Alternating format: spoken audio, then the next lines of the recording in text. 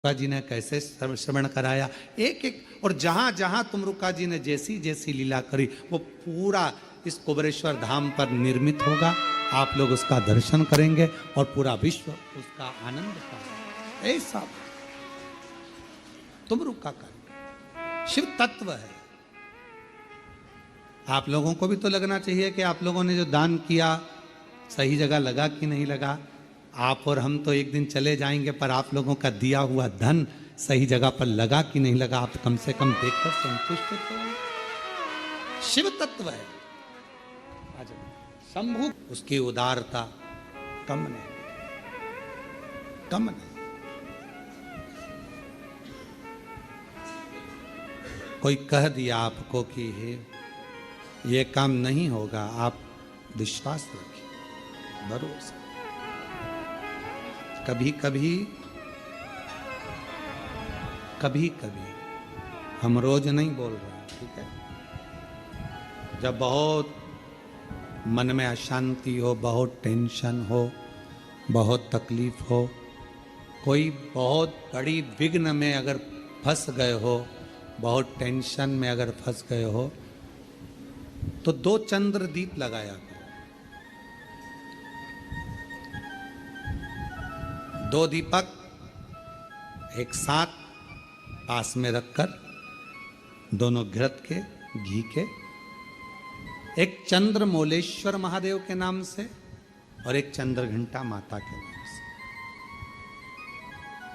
कौन कौन से नाम है? चंद्रमौलेश्वर और दूसरा चंद्रघंटा। क्यों? भगवान शिव को माला पिनाने से पहले मां जगत जननी जगदम्बा अम्बा पार्वती ने चंद्र को अपने मस्तक पर ले लिया था, फिर शिव जी को माला पिनाई थी। और भगवान शंकर ने मां अम्बा जगदम्बा को माला पिनाने से पहले चंद्र को अपने मस्तक पर ले लिया था, फिर माला पिनाई। तो चंद्र घंटा और चंद्रमौलेश्वर भगवान का। बहुत मन में अशांति हो, लग रहा है बहुत हार चुका हूं, अब तकलीफ की जिंदगी खत्म नहीं हो रही, तो कभी शिव मंदिर में जाकर 2 चंद्र दीप अवश्य लगाओ। मतलब दोनों दीपक पास पास में रखकर दोनों घी के दीप अवश्य प्रज्वलित करो, अवश्य। बहुत जब कभी कभी बोला है, क्योंकि आप लोग ऐसा नहीं कि रोज ही लगा दो, कभी कभी जब बहुत विघ्न हो, बहुत टेंशन, बहुत परेशानी या बहुत ज्यादा तकलीफ में घिरे हो, बहुत ज्यादा, तब हर कभी पशु, जैसे पाशुपत्य अस्त्र देवताओं के पास में था, नारायण अस्त्र देवताओं के पास में था, तो हर कभी थोड़ी ना चलाया जाता, कभी कभी जब बहुत जरूरी हो तब चला उस अस्त्र। कई लोग हमसे कहते हैं आप इतने बड़े बड़े संवाद बता देते हो, तो वो लोग उसको चला दें, तो हमने कहा जब उसको जरूरत पड़े तब। ईश्वर और चंद्र, वापिस आप नाम बोलिए, चंद्रमौलेश्वर और चंद्र।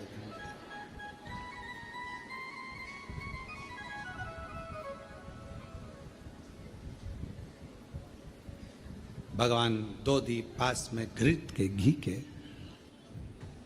बाबा को लगाओ। चंद्रदीप मां अम्बा जगदम्बा को जैसे आपने स्वीकार किया, माता को जैसे आपने भय से मुक्त किया, जैसे संपूर्ण विश्व के कल्याण के लिए हे शंकर भगवान आपने मां अम्बा के मस्तक पर चंद्रमा रख दिया, और मां को स्वीकार करने के लिए फिर अपने मस्तक पर चंद्रमा ले लिया। मेरे सारे भार, मेरे सारे दुख, मेरी सारी तकलीफें, मेरा सारा कष्ट, मेरी सारी परेशानी आप अपने ऊपर धारण कर लीजिए, और मुझे जैसे माँ को अपने गोदी में बिठाया ऐसे मुझे बिठा लीजिए, और मेरे दुखड़ों को काट, मेरे दुख। चंद्रमौली चंद्रशेखर, चंद्रमौली चंद्र, सुंदर स्वरूप। कभी कभी आपने देखा होगा जटा के ऊपर एक कपड़ा बंधा देखा होगा। कभी शिव जी का फोटो देखना, कोई चित्र आपको देखने को मिल जाए, पुराना चित्र, गीता प्रेस गोरखपुर की पुस्तकों में से गीता प्रेस गोरखपुर की कोई कल्याण का अंक शिव पर मिल जाए तो उसमें फोटो देखना, जटाबंदी, उसके ऊपर एक कपड़ा बंधा है, सर पर बैठा है गंगा जी बह रही और एक कपड़ा बंधा हुआ चंद्र और चंद्रमा भी रखा। बाबा धारण करो, मस्त धारण करो। ऐसा ऐसा कपड़ा उनके, हम तो ज्यादा बांध ले समझ लो, वो तो छोटा बांध ले। और पूरा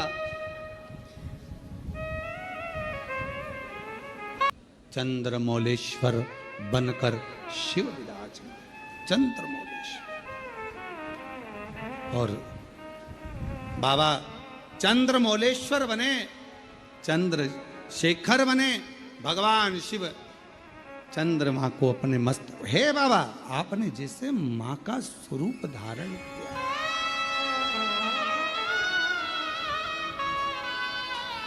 बांध लें, बांध लें।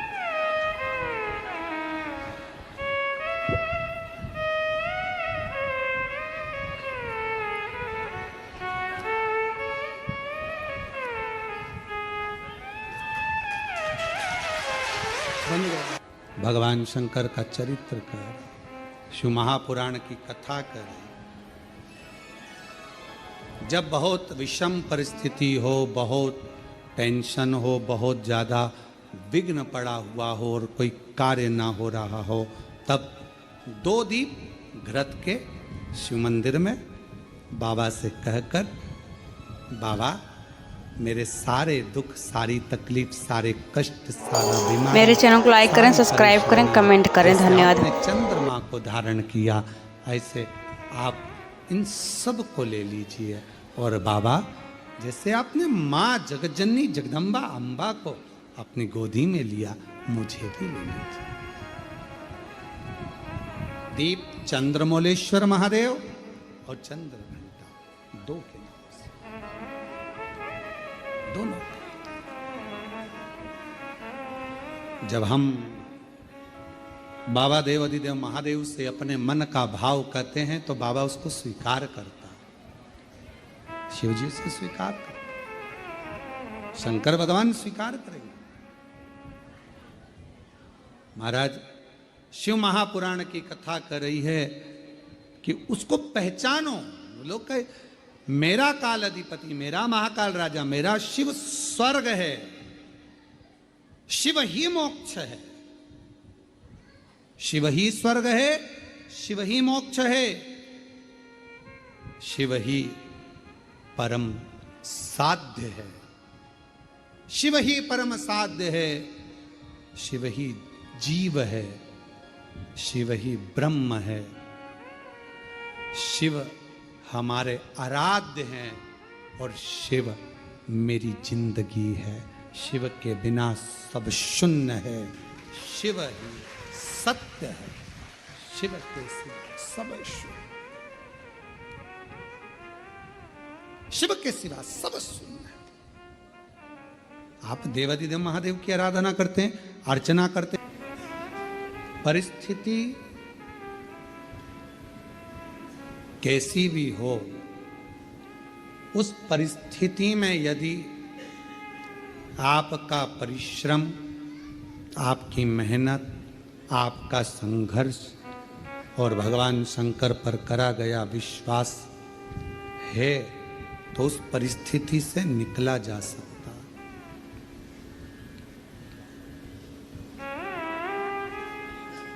परिस्थितियों से लड़ने वाला ही एक दिन आगे हो पाता है, अपनी किस्मत को रोने वाला कभी आगे नहीं बढ़ पाता।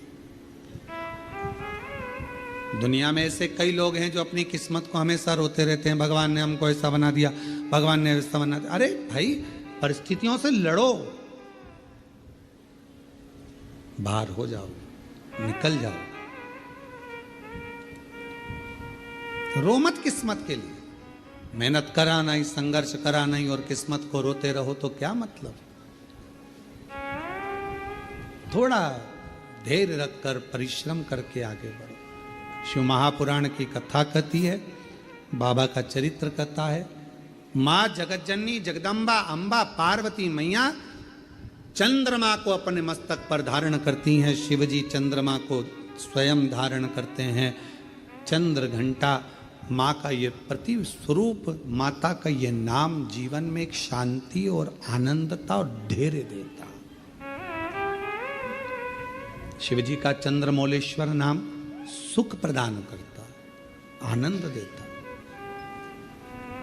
और चंद्रमौलेश्वर महादेव की, चंद्र घंटा माता की। ये सुख प्रदान करता है, आनंद प्रदान करता है, वैभव प्रदान करता है। आगे बिदल और उत्पल दो असुर ऐसे हुए जिनको माता ने कुंदुक का प्रहार कर कर मारा, और शिव जी का नाम कुंदकेश्वर। कुंदकेश्वर। जब कोई दवाई, कोई औषधि, कोई गोली शरीर को नहीं लगती है, तब कुंदकेश्वर महादेव का नाम लेकर उसको खाना चाहिए। डॉक्टर को दिखाओ, डॉक्टर का इलाज करवाना जरूरी है। डॉक्टर का इलाज करवाते रहो, दवाइयाँ लेते रहो, खाते रहो, पर उसके साथ में अगर दवाई काम नहीं कर रही है तो भगवान शंकर का, कुंदकेश्वर महादेव का नाम हमें बल प्रदान करता है, एनर्जी देता, बल देता। शिव कथा करें, भगवान शंकर का संवाद करें। भगवान शिव का पवित्र चरित्र कह रहा है कि जीवन में अगर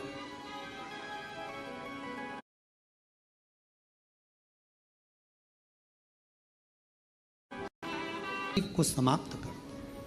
कौन से महादेव? कुंदकेश्वर। ये सुख प्रदान करता है, आनंद देता। आगे वर्णन आया, तारकासुर के 3 पुत्र हैं, तारकाक्ष, विदुम्माली, कमलाक्ष के।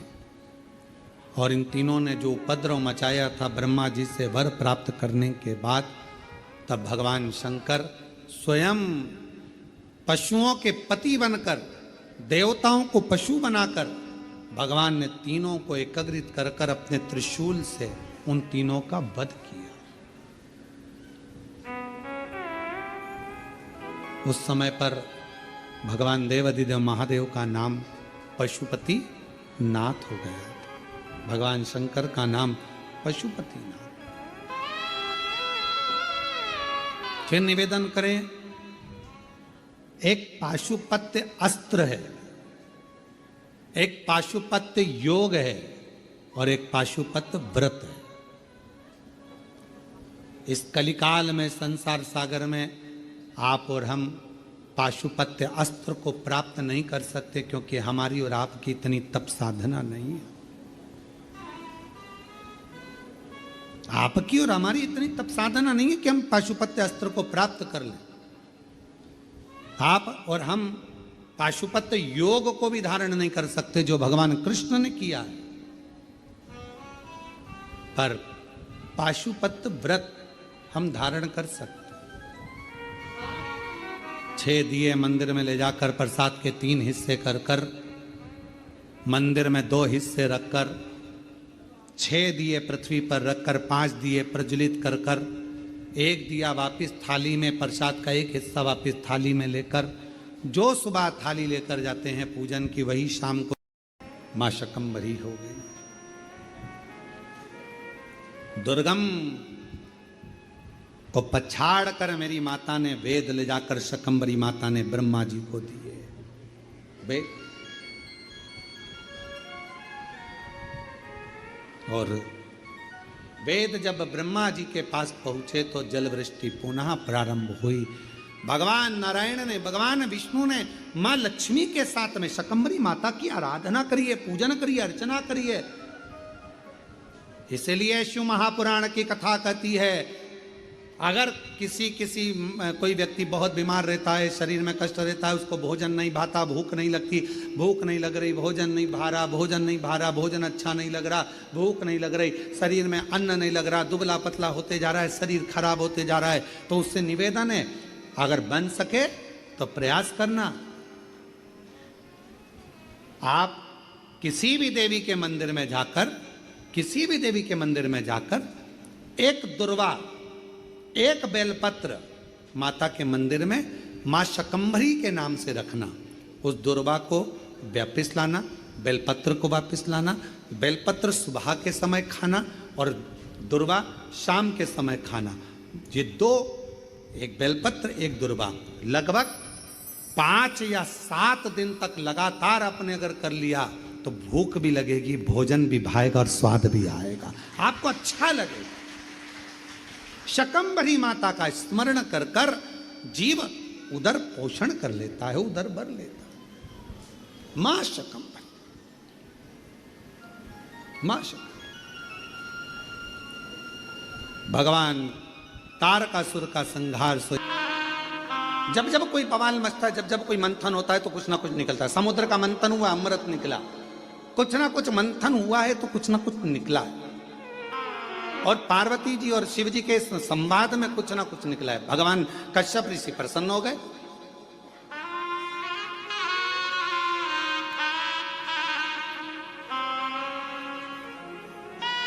और मंथन में कुछ ना कुछ निकलना जरूरी भी है। एक प्रसंग बड़ा सुंदर है महाराज जी।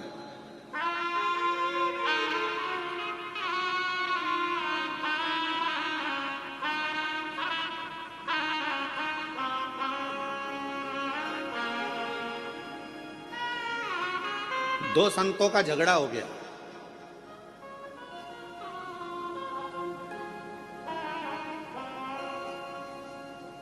और आपस में दोनों झगड़ लिए। अब दोनों झगड़ लिए तो एक था राम जी का भक्त और एक था हनुमान जी का भक्त, और दोनों में छिड़ गया विवाद। हनुमान जी ने राम जी से कहा, प्रभु दो संत लड़ रहे हैं आपस में, अब तुम क्या कहोगे? राम जी बोले, कहना क्या है, अब इन दोनों को प्रमाणित करने के लिए अपन दोनों को जाना पड़ेगा। जब जब संत झगड़ते हैं, साधु झगड़ते हैं, सन्यासी झगड़ते हैं, तपस्वी झगड़ते हैं, आपस में जब कोई भगवत प्रेमी आपस में झगड़ते हैं तो उसका निर्णय करने के लिए स्वयं परमात्मा को बीच में आना पड़ता है और परमात्मा को निर्णय करना पड़ता है।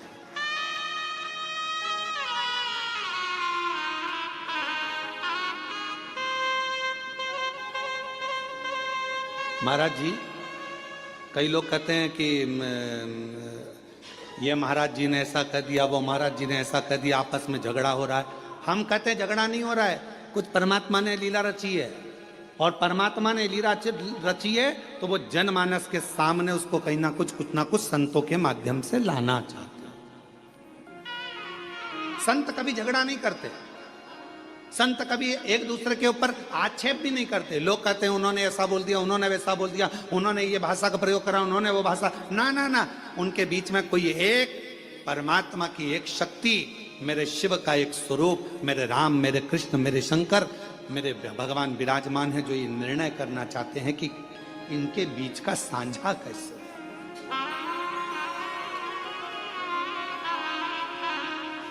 पार्वती जी बोली तुम गलत गिन रहे हो। शिव जी बोले तू गिन ले। फिर पार्वती जी ने गिनती लगाई, 1 2 3 4 5 6 7 8 9 10 11। शंकर भगवान से पार्वती जी बोली ये तो 11 है। शिव जी बोले देख मैं वापस गिनता हूं, 1 2 3 4 5 6 7 8 9 10 11 12। फिर पार्वती जी बोली तुमने फिर अपने आप को गिन लिया। शंकर भगवान बोले कश्यप ऋषि से पूछ ले कि कश्यप बाबा तुम ये 11 शिवलिंग बनाते हो कि 12 शिवलिंग बनाते हो? कश्यप बाबा से पूछा पार्वती जी ने कि कश्यप ऋषि तुम इतने बड़े ऋषि होकर तुम्हें 12